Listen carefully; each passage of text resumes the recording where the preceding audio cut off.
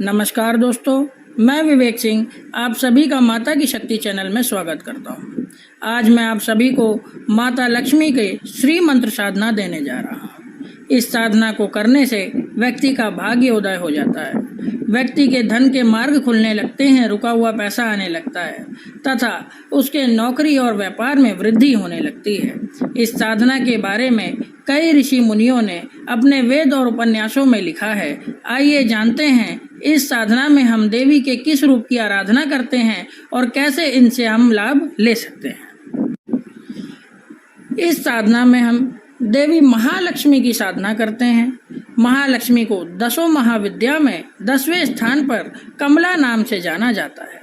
कहा जाता है समुद्र मंथन में जब देवताओं और असुरों ने अमृत को पाने के लिए समुद्र मंथन करवाया, उसी समय माता प्रकट हुई और माता को विष्णु जी ने अपनी अर्धांगिनी के रूप में स्वीकार किया। इसके बाद से ही माता लोगों के भाग्य उदय करती आई हैं और लोगों को लक्ष्मी प्रदान करते आई हैं। कोई भी यज्ञ, कोई भी किसी भी प्रकार का शुभ कार्य इनके बिना नहीं हो सकता है। माता बहुत ही दयालु हैं और बहुत ही कृपा करने वाली हैं। माता के रूप का वर्णन करते हैं। माता के 4 हाथी अपने सूंड में घड़े लेकर के सोने की वर्षा करते हुए बताए गए तथा माता के सिर पे एक सोने का मुकुट, उनके मुख पे एक सुंदर सी मुस्कान और शरीर पे रेशमी वस्त्र है। माता कमल के आसन पे विराजमान है तथा उनके 4 भुजाओं में से 2 भुजाओं में कमल के पुष्प, एक हाथ में घड़े में से वर्षा होता हुआ धन, स्वर्ण और तथा एक हाथ से माता आशीर्वाद देते हुए दिखाई दी हैं। माता का यह रूप देख करके व्यक्ति का मन गदगद हो उठता है और माता का यह रूप बहुत ही कृपा करने वाला दिखता है।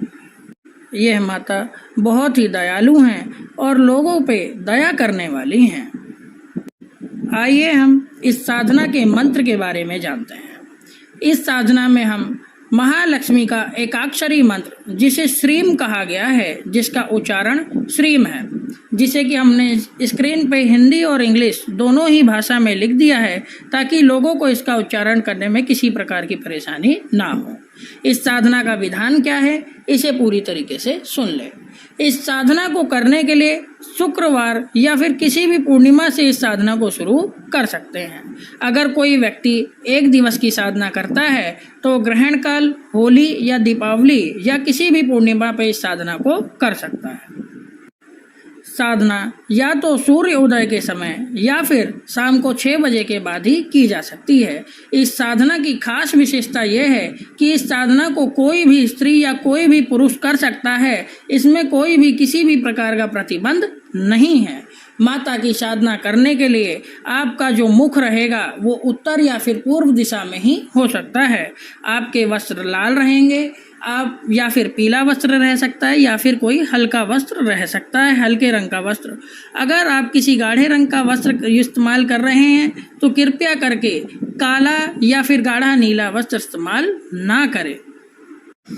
इस साधना में माता का आसन लाल रहेगा। आप कोई सा भी आसन ले सकते हैं। हमारे हिसाब से आपको लाल आसन या फिर कुशा का ही आसन लेना चाहिए। यह साधना 1 दिवस, 11 दिवस, 21 दिवस या फिर 41 दिवस में पूर्ण की जा सकती है। अगर कोई व्यक्ति 1 दिवस की साधना लेता है तो वह एक ही दिन में 11,000 बार इस मंत्र का पाठ करके 1008 बार इस मंत्र से आहुति देगा। और जो भी व्यक्ति 11, 21 दिन या फिर 41 दिन में इस साधना को पूर्ण तरीके से प्रत्यक्ष रूप से करना चाहते हैं वह इसका 1.25 लाख का जाप करेंगे। आप 1.25 लाख को 11 दिन, 21 दिन या फिर 41 दिन के हिसाब से बांट सकते हैं। तो अब हम साधना के विधान के बारे में जानते हैं। सबसे पहले आप एक लाल वस्त्र बिछा ले, उस पर एक घी का दीपक प्रज्वलित कर ले, माता की आराधना करे और संकल्प ले कि माता मैं आपकी साधना 1 दिन या फिर 11 दिन, 21 दिन या 41 दिन तक करूंगा और 1.25 लाख का जाप पूरा करूंगा। अगर कोई व्यक्ति 1 दिवस का कर रहा है तो वो यह बोलेगा कि हम 11,000 का जाप पूरा करेंगे और उसके बाद में आप हवन करेंगे।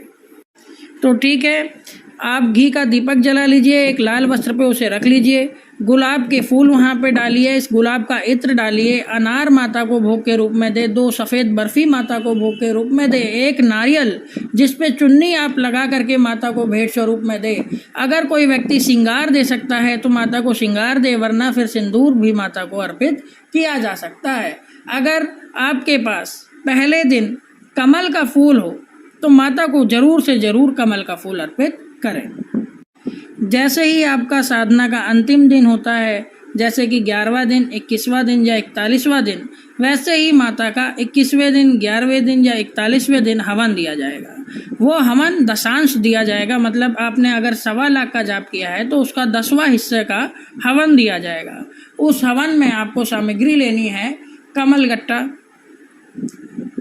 रूखा गुलाब, बेल का फल, बेल की जड़, बेल की लकड़ी, सफ़ेद तिल, काला तिल, जौ, इंद्र जौ, हवन सामग्री, घी इत्यादि से माता का हवन किया जा सकता है और माता को मेवे से भी हवन दिया जा सकता है। जैसे ही आप हवन कर देते हैं, ये साधना पूर्ण हो जाती है। माता प्रत्यक्ष रूप से आपके साथ चलती हैं और आपके कार्य बनाने में आपकी मदद करती हैं, आपके धन के मार्ग खोल देती हैं। इस साधना को हमने किया, हमारे कई शिष्यों ने किया और प्रत्यक्ष रूप से इसके परिणाम देखे हैं, और जिसने भी इस साधना को किया ज़रूर से ज़रूर उसके काम बने ही बने हैं, इसकी हम 100% गारंटी